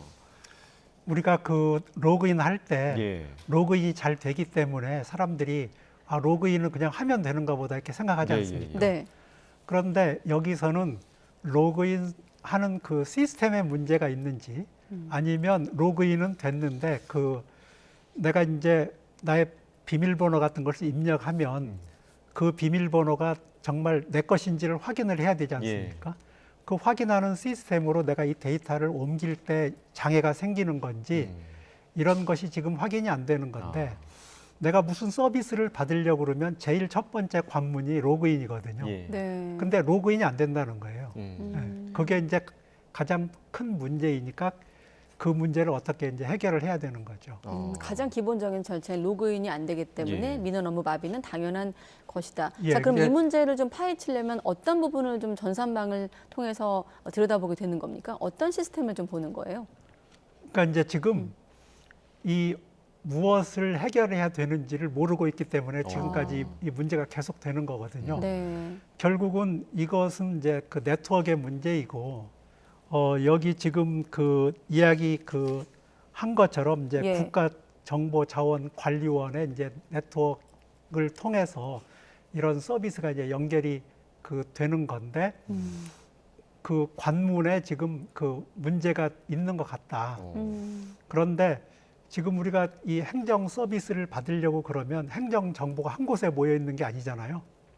전국의 각 그 행정기관의 데이터들이 모여 있다 보니까 내가 민원을 제기를 하면 그 관련된 기관으로 정보가 이제 분산이 돼서 거기서 올라오는 정보를 나에게 제공을 해야 되는데 그 지금 게이트웨이 역할을 하고 있는 네트워크 장비에 문제가 있다. 그래서 지금 이 문제를 해결을 못하고 있고 무엇이 문제인지를 모른다. 지금 그러니까 원인 파악조차 지금 제대로 되지 않고 있는 상황이다라는 말씀이신데 이 기관이 사실 좀 생소하긴 하거든요. 국가정보자원관리원 어떤 곳인가요? 이것은 이제 그 행정안전자치부 산하에 있는 그런 네트워크 관리하는 그 시스템이에요. 저기 그런 기관이에요. 그래서 우리가 다른 말로는 제1정부 그 통합전산센터 이렇게 그 이야기를 하고 이게 그 중요한 정보를 네트워크로 정보를 이제 나눠주는 그런 기관이다 보니까 여기가 지금 이렇게 부상하고 있습니다. 아, 그렇군요. 일단 행정안전부는 해킹이나 서버 문제가 아니라 네트워크 장비 오류로 보인다면서 긴급 복구에 나서고 있는 상황이고, 교수님 말씀에 따르면 즉 원인을 찾기가 좀 어려운 상황이다. 자, 해킹은 아니라고 이제 행안부에서 밝히고 있는데 또 해킹이 아니라고 단정할 수 있는 근거는 또 어떤 걸까요? 예, 그 해킹은 우리가 외부에서 이제 그 해킹을 하는 방법이 있고 내부에 들어와서 해킹을 하는 방법이 있는데, 외부 해킹으로는 우리가 많이 알고 있는 그 디도스 공격 같은 게 있어요. 근데 그것은 뭐 누구나 이 디도스 공격을 지금 받고 있는지 안 받고 있는지 확인이 가능한 거니까 그런 공격은 아닌 것이 이제 분명하고, 그렇다고 그러면 누군가 내부에 들어와서 지금 악성 코드를 뿌리거나 아니면 은밀하게 시스템을 망가뜨렸어야 되는데 그런 것도 다 그 로그가 남기 때문에 고도의 뭐 그 해커가 그런 로그를 지우면서까지 그 하는 그런 것도 있지만 다 그 여기는 우리나라 최고의 이제 전산 기관이다 보니까 그런 것은 파악할 수 있는 거죠. 그래서 이제 해킹이 아니라고 이제 그렇게 생각을 하는 겁니다. 그러니까 해킹일 때 나타나는 현상이 지금 나타나지 않고 그렇습니다. 있다라는 거죠.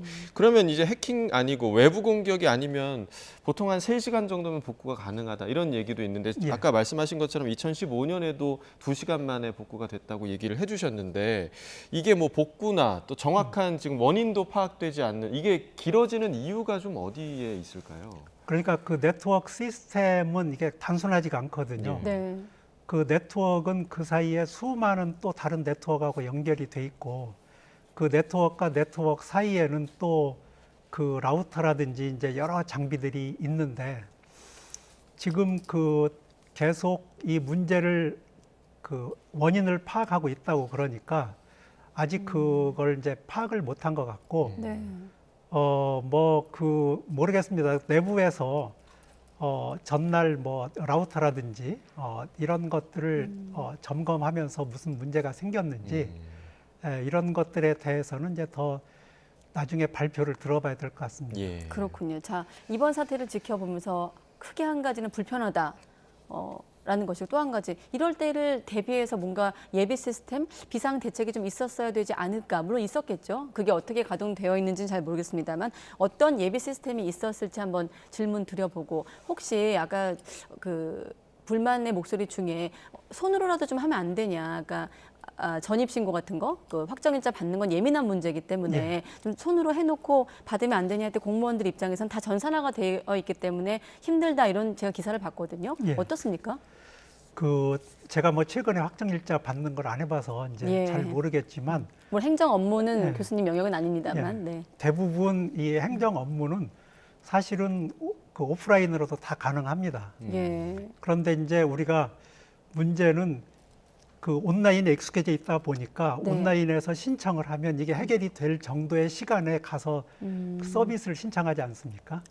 그러다 보니까 이게 장애가 생겨서, 장애가 생기면 이제 조금만 기다리면 이게 해결이 되겠지 하고 이제 기다리다 보면 시간을 놓치는 경우가 있는데, 대부분의 경우에는 우리가 그 또 현장에 가가지고 해결할 수 있는 방법이 있거든요. 그래서 온라인 해결이 안 되면 오프라인으로 해결할 방법이 있는 거고, 우리가 이제 또 예비 시스템을 이렇게 가동을 하는 게 좋지 않느냐. 사실 네트워크는 그 네트워크 자체가 예비 시스템이 굉장히 많습니다. 이쪽이 막히면 이쪽 길을 뚫고 다른 길로 보내는 그 라우터가 이제 그런 역할을 다 해줘서 지금까지는 주로 그 서버 같은 것을 여러 개 둬야 된다. 그렇게만 그 생각을 했었는데, 막상 이제 이렇게 사고가 터지고 나서 보면 다시 한번 우리가 점검할 게 생기는 겁니다. 우리가 지금 사용하고 있는 이 네트워크에 병목 현상을 일으키는 곳은 없는가. 근데 이번 시스템으로 보면 네트워크에도 병목 현상이 생길 수 있겠구나. 사실은 그 네트워크에 여러 군데가 공격을 받거나 아니면 장애가 발생을 하면 그러면 그런 병목 현상이 생길 수 있는 거죠. 그러면 교수님은 지금 이번 사태 원인을 병목 현상으로도 좀 보고 계시는 건가요? 그러니까 이제 그 제가 볼 때는 그렇습니다. 지금 그 게이트웨이 역할을 하는 곳, 네. 그곳을 거치지 않는 민원 서비스는 다 지금 잘 작동이 되고 있거든요. 네. 그런데 그 게이트웨이를 통해야만 되는 그 민원 서비스가 안 되고 있는 거예요. 그렇기 때문에 모든 민원 서비스가 안 되는 게 아니고 특정 민원 서비스가 지금 안 되고 있고. 그래서 그럼 지역별로 차이가 나는 것도 그런 걸랑 같은 맥락입니까? 지역별로는 이제 뭐 또 네트워크의 과부하 같은 문제도 있고 여러 가지가 예. 있어서 안 될 수가 있는데 일단은 지금 안 되고 있는 행정 서비스들은 주로 그 병목 현상에 걸리고 있지 않나 이렇게 생각을 합니다. 아, 그렇군요. 병목 현상이라 하면 좀 계속 과부하가 걸린다 이런 뜻인가요? 그 과부하일 수도 있고요. 예, 예. 과부하도 아닌데 거기가 그 막혀 있는 거죠. 아예 막혀 있는 거죠. 예. 그러니까 이제 걔를 뚫어야 해결이 되는 거죠. 그러니까 원인 모를 것에 때문에 막혀 그렇습니다. 있을 수 있다. 병목 현상이라고 그러면 예. 우리가 부하가 많이 걸려서 그렇죠. 이제 천천히 예. 가는 걸 얘기하는 거고 예. 지금은 그게 아니고 아예 거기가 막혀 있기 때문에 소통이 전혀 안 되는 상태입니다. 네. 예. 또 한 가지 전산망 오류로 인해서 민감한 좀 개인 정보라든지 그런 것들이 유출된다거나 혹시 그런 것들이 좀 나도 모르게 바뀌거나 그럴 가능성도 있을까요? 지금은 그 접근이 안 되는 거기 때문에 접근을 해서 로그인 뭐 자체가 정보가 안 되니까. 나와야 이제 뭐 이게 퍼지는데 네네. 지금은 그런 상황은 아니라고 봅니다. 걱정은 안 하셔도 됩니다. 예. 그러니까 저희가 이제 뭐 전 국민이 불편을 겪을 만한 이런 전산 장애가 발생을 했던 게 지난해 10월이었거든요. 그러니까 예. 데이터 센터 화재 때문에 카카오 먹통 예, 예. 사태가 있었는데 그게 지금 1년이 딱 지난 그런 시점이었습니다. 근데 예. 공교롭게도 국가안보실이 이틀 전에 이제 용산 대통령실에서 사이버 안보 상황 점검 회의를 열었더라고요. 그런데 그 회의 이틀 만에 또 이런 일이 발생을 한 셈인데 어떤 좀 구조적인 문제가 있다고 좀 분석을 하고 계십니까? 이 문제는 뭐 그 매뉴얼에 따라서 시스템을 관리하고 또 사고가 이렇게 장애가 발생을 하면 그 매뉴얼에 따라서 이제 처리를 해야 되는데 예. 제가 보기에는 그런 매뉴얼이 잘 준비가 안 돼 있다. 그렇기 때문에 일이 생길 때마다 우왕좌왕하고 또 내부에서 정비를 하거나 이럴 적에 마찬가지로 그런 문제가 발생하고 있는 것 같고요. 얘는 그 사이버 전쟁과 관련된 그런 문제라고 보기는 그 어려운 것 같습니다. 그냥 생활 불편을 초래하는 그런 문제이지 네. 북한의 뭐 해킹 공격이라든지 이런 것으로 볼 것은 아니라고 생각을 합니다. 네, 조금 전 나경철 앵커가 카카오 먹통 사태 얘기를 했었는데 그때도 그렇고 이런 일이 발생할 때마다 전산망 재정비, 대비책 얘기를 많이 언론에서도 주목을 했습니다만 교수님 말씀 들어보면 매뉴얼대로 되지 않고 있다라고 말씀하셨는데 아까 라우터 같은 얘기도 하셨거든요. 네. 만약에 지금이라도 이제 물론 원인 파악이 시급합니다만 어떤 예비책이 좀 필요하다고 보십니까? 이런 일을 막기 위해서? 그러니까 그 2015년에도 네. 이 사고가 터졌잖아요. 그래서 거기 신문에 보면 그때 YTN 보도에 의하면 네. 그 지금 뭐 문제를 해결 중이다, 원인을 파악 중이다. 그리고 그 이후에 원인이 무엇이었는지 보도된 게 없어요. 그렇기 때문에 우리가 배울 수가 없어요. 네. 마찬가지로 이번 사태 때도 이게 잘 수습이 된 후에 원인이 무엇이었고 어떻게 해결을 했는지 이런 것이 좀 그 밝혀져야 됩니다. 네. 네. 자, 뭐 지금 뭐 전 세계의 추세를 보더라도 세계 각국에서도 지자체별로 이걸 관리하는 게 아니라 정부 중앙부처에서 통합 관리를 하고 있다. 이런 추세라고 들었는데 다른 나라에서도 이런 전국적인 마비 사태가 일어난 적이 있었나요? 그것까지는 제가 이제 그 조사해 보지는 않았는데요. 문제는 그 이 시스템이 굉장히 이제 복잡해지고 모든 그 정부 행정 서비스가 여기에 이제 달라붙고 있지 않습니까? 이렇게 하다가 보면은 자꾸 그 중앙 집중식 시스템이 되고 중앙 집중식 시스템이 되면 한 군데만 막히면 전체가 그 막히게 되는 문제가 있지 않습니까? 그래서 이것을 분산 서비스해야 된다는 그런 그 문제 제기도 있는데 사실은 그 아직까지 그 분산 시스템으로 관리할 그럴 상황은 아닌 것 같고요. 네.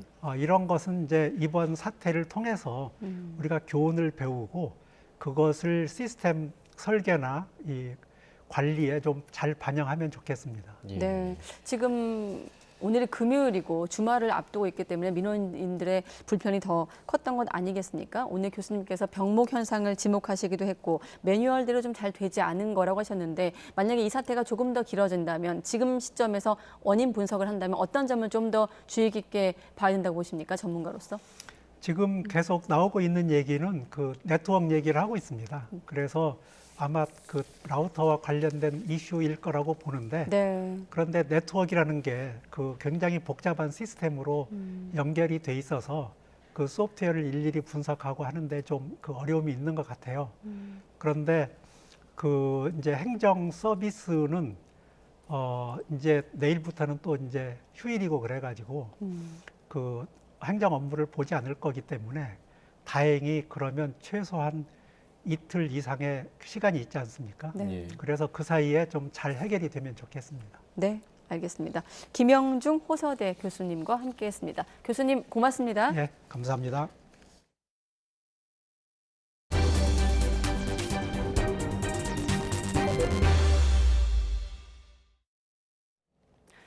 네, 윤석열 대통령이 에이펙 정상회의가 열리는 미국 샌프란시스코에서 미국, 일본 정상과 한자리에 모여서 비공개 환담을 가졌습니다.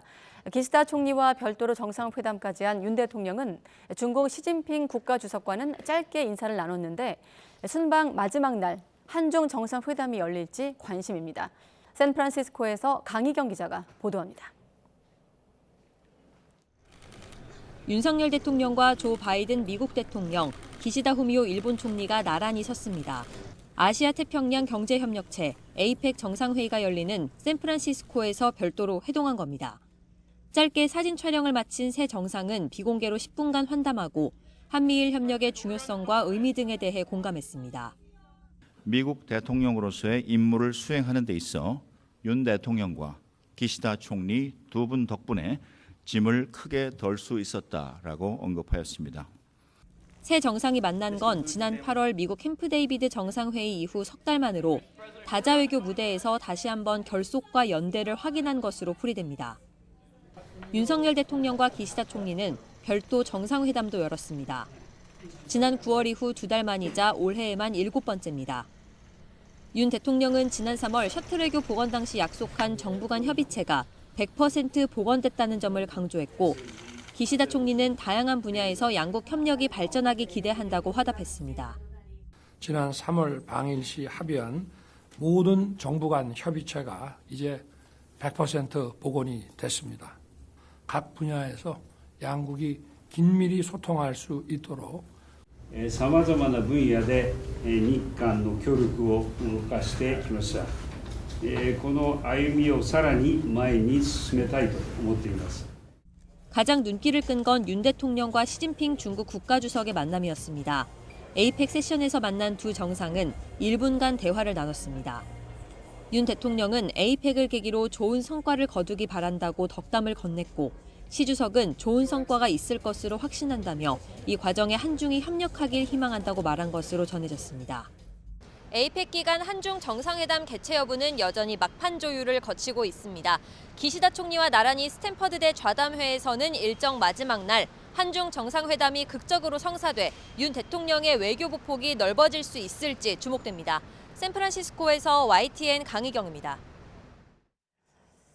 네, 그런가 하면 미중 정상회담이 끝난 뒤에 시진핑 주석을 독재자라고 부른 바이든 대통령이 미국은 인도 태평양 국가라고 강조했습니다.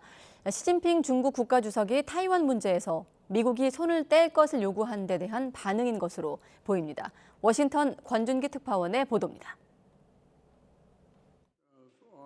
바이든 대통령은 시진핑 주석과 정상회담에서 미국은 인도 태평양 국가라는 점을 분명히 했다고 밝혔습니다. 미국이 인도 태평양 지역 문제에 깊이 관여할 수밖에 없는 이유는 바로 미국 문제이기 때문이라는 겁니다. 타이완 해협과 남태평양에서 미국이 물러설 수 없는 이유를 설명한 것으로 풀이됩니다. At that brief discussion yesterday with President Xi, he asked why he had asked me before, I reminded him why we were so engaged in the Pacific. It's because we're a Pacific nation. 또 미국과 중국은 자유경제와 지적재산을 보호하는 데 있어 차이가 있다며 중국의 불공정한 경제 관행을 개선하도록 압박하겠다는 뜻도 밝혔습니다. 다만 미중 두 나라 관계가 안정적인 것이 전 세계 이익에 부합한다며 디커플링을 추구하지 않겠다는 뜻을 거듭 확인했습니다. We are de-risking and diversifying our economic relationship with the PRC, not decoupling. Not decoupling. We'll be firm, standing up for our values and our interests. 백악관은 바이든 대통령이 시 주석과 회담 결과에 매우 만족스러워했다며 미국은 타이완 방어를 계속 도울 것이라는 점을 분명히 했다고 강조했습니다. 백악관은 다만 바이든 대통령이 시진핑 주석을 독재자라고 부른 데 대한 질문에는 별다른 언급 없이 답변을 피해갔습니다. 워싱턴에서 YTN 권중입니다. 네, 그리고 중일 정상도 만났습니다. 기시다 후미오 일본 총리와 시진핑 중국 국가주석이 오늘 오전 미국 샌프란시스코에서 정상회담을 가졌습니다. 두 정상은 새로운 관계 구축에 방점을 찍었지만 오염수 방류와 또 세부 주요 문제를 놓고는 팽팽하게 의견이 맞서기도 했습니다. 이번엔 일본 현지를 연결하겠습니다. 김세호 특파원. 네, 도쿄입니다. 네, 중국과 일본도 여러 안보 또 경제를 포함해서 현안들에 있어서 대립을 해왔는데 1년 만에 두 정상이 만났습니다. 어떤 대화가 오갔습니까? 네, 기시다 총리와 시진핑 주석은 악수를 나눈 뒤 곧바로 모두 발언을 이어갔습니다. 시 주석은 새 시대의 요구에 부합하는 중일 관계를 구축하기 위해 노력해야 한다고 말했습니다. 특히 현재 국제 정세는 혼란으로 뒤엉켜 있고 위험과 도전이 끊임없이 발생하고 있다며 평화 공존, 세대 우호, 상생 협력, 공동 발전은 중일 양국 국민의 공동 이익에 부합하는 정확한 방향이라고 주장했습니다. 이어 양국은 역사의 대세를 파악하고 시대의 흐름에 순응하며 공동 이익에 주목해 이견을 적절히 관리해야 한다고 강조했습니다. 이에 기시다 총리는 올해가 중일 평화 우호 조약 45주년이 되는 해라며 세계 평화와 안정에 공헌해 나갈 책임이 양국에 있는 만큼 양국의 더 밝은 미래를 열어가기 위해서는 힘을 합치자고 화답했습니다.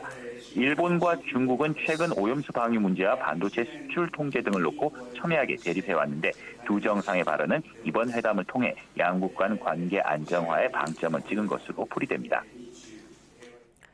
네, 두 정상이 밝은 미래를 말했지만 일본의 오염수 방류 문제를 놓고는 의견이 대립한 모양새입니다.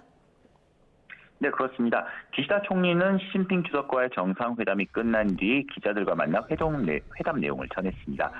우선 후쿠시마 제1원전 오염수 방류에 대해 과학에 근거한 냉정한 대응을 촉구하며 중국의 일본 수산물 수입 금지를 즉각 철회할 것을 요구했다고 말했습니다. 이와 함께 일본 주변에서 중국과 러시아와의 군사협력 강화에 대한 우려를 표하고 타이완 해협의 평화를 강조했습니다. 이 밖에 센카쿠 열대 내 일본 배타적 경제 지역에 설치된 부표를 즉각 철회하라고 요구한 데 이어 중국에서 체포된 일본인의 조기 석방을 요청했습니다. 이 같은 기시다 총리의 발언에 시진핑 주석의 입장도 팽팽히 맞섰습니다. 우선 핵 오염수 해양 배출은 인류의 건강, 전 세계 해양 환경 그리고 국제 공공이익에 관련된 문제라고 지적했습니다. 이어 일본은 국내외 합리적인 우려를 심각하게 받아들이고 책임감 있고 건설적인 태도로 적절히 처리해야 한다고 강조했습니다. 이와 함께 역사와 타이완 등 중대한 원칙적 문제는 양국 관계의 정치적 기반과 관련된다며 일본은 반드시 신의를 지켜 중일 관계의 기초가 훼손되거나 흔들리지 않도록 확실히 보장해야 한다고 촉구했습니다.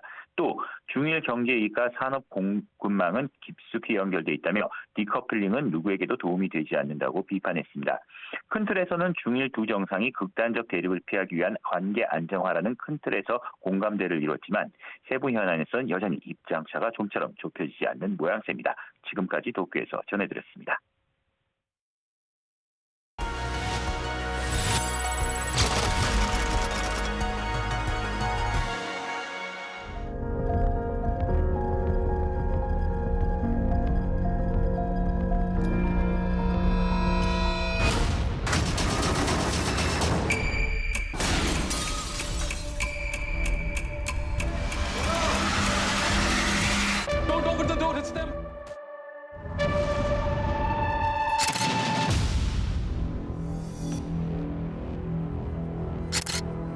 평온하던 뭄바이 도심 곳곳에서 총성이 들리기 시작했다.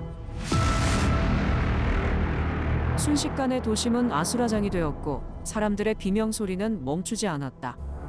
뭄바이를 혼란에 빠뜨린 건 파키스탄의 이슬람 테러 조직 많은 내외국인이 머무는 타지마을 호텔에는 여행객처럼 들어가 총을 꺼내 들었다. 객실 하나하나를 확인하며 사람들을 찾아냈고 죽이거나 인질로 끌고 다녔다.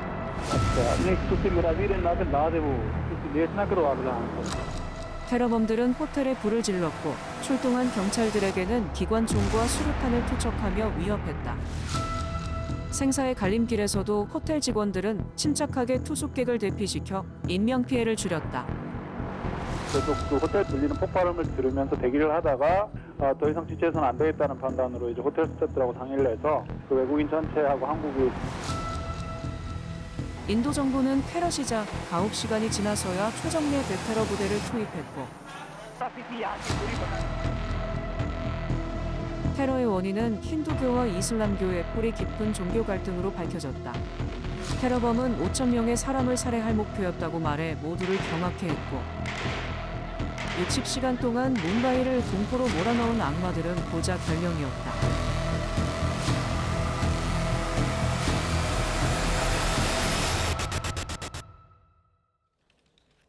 네, 스포츠 소식입니다. 프로야구 통합 우승을 일군 LG의 주장 오지환 선수가 YTN에 출연해서 우승 뒷이야기를 풀어놨습니다. 한국 시리즈 MVP에 등장해 한동안 상암동이 들썩였는데요. 오지환 선수가 강조한 긍정 에너지 양시창 기자가 전해드립니다. 근사한 정장 차림의 오지환이 모습을 드러내자 기다렸다는 듯이 팬들이 모여듭니다. 쉴 새 없이 밀려드는 사진과 사인 요청. 저도 혹시 동네다 한번 해주세요. 감사합니다. 너무 좋은데요? 이런 날이 오다니. 오지환을 옆에 세워두고 칭찬 세례도 이어집니다. 마침내 29년 만에 우승을 하셨다는 게 진짜로 경기를 제가 챙겨오면서 눈물을 흘렸어요. 그 정도로 감동을 주신 선수였다. 출연 직전까지 이어진 작은 팬 사인회. 유광 점퍼와 유니폼은 기본. LG 우승 소식을 일면에 다룬 구하기 어렵다는 스포츠 신문까지 등장하고 오지환을 보기 위해 YTN을 찾은 어린이 팬들도 있습니다. 2차전에 직관했는데 역전승해가지고 되게 기뻤어요. 내년에 우승했으면 좋겠어요. 화이팅! 29년 만에 우승, 아직도 생생한 그 감격의 순간. 오지환은 9회 초 마지막 수비에 들어선 순간부터 터지는 눈물을 참느라 고생했다고 털어놓습니다. 9회 초에 저희가 이제 말 공격이 없으니까 수비를 하는 입장에서 선두 타자가 경수 형이요. 너무 울컥하는 거죠. 이게 오는 거죠. 그때부터 감추지 못했던 거예요. 와, 이게 잡히면 어떡하지? 오히려 반대로 그런 생각해서. 그때 좀 눈물도 막 나고 그러셨어요? 네, 계속 흘리고 있었죠. 선수로서 굴곡도 예기치 않은 논란에 휘말린 적도 있었지만 야구에 전념하며 보란듯이 LG 우승팀 주장이라는 소중한 타이틀을 얻게 된 오지환. 프로 무대 15년 동안 그를 지탱한 건 긍정적인 생각과 성실함 두 가지였습니다. 힘든 순간이 저한테도 많았고 그리고 정말 포기하고 싶은 순간도 많았는데 정말 긍정적으로 생각하고 내가 하는 일에 있어서 최선을 다하다 보면 정말 그 끝은 우리가 상상하지 못한 큰일이 더 좋은 결과로 올 수 있기 때문에 항상 긍정적인 사고 방식을 가지시기 바라겠습니다. YTN 양시창입니다. 오늘 서울에도 첫눈이 내렸습니다. 지금도 전국 곳곳에 산발적인 눈비가 이어지고 있는데요. 대설경보가 내려진 제주 산간에는 오늘 하루 동안 20cm가 넘는 눈이 쌓였습니다. 눈은 오늘 중 대부분 잦아들겠지만 충청 이남 지역에서는 밤 사이에도 계속되는 곳이 있겠는데요. 특히 충청과 전북 지역에 강하고 많은 눈이 예상됩니다. 이 지역에는 내일 오전까지 최대 10cm 이상의 눈이 오겠고요. 제주 산간에도 많게는 15cm 이상이 내리겠습니다. 눈과 함께 바람도 비상입니다. 현재 대부분 해안가에는 강풍특보가, 대부분 해상에는 풍랑특보가 내려졌는데요. 내일까지 해안과 산간을 중심으로 초속 20m 이상의 강풍이 예상되는 만큼 안전사고 없도록 주의가 필요하겠습니다. 밤사이 한기가 내려오면서 내일 아침은 무척 춥겠습니다. 내일 서울 아침 기온은 영하 4도로 올가을 들어 가장 낮겠고요. 그 밖에서도 영하권 기온 보이는 곳이 많겠습니다. 내일 한낮에도 예년 기온을 밑돌겠습니다. 내일 서울 낮 기온 6도, 대전 9도, 대구는 10도 예상됩니다. 이번 추위는 휴일인 모레부터 점차 누그러들겠고요. 영하권 추위는 다음 주 후반에 또 한 차례 찾아오겠습니다. 날씨였습니다. 네, 가장 빠른 종합 뉴스 뉴스큐 마치겠습니다. 네, 이어서 이브닝 뉴스가 방송됩니다. 함께해 주신 여러분 고맙습니다.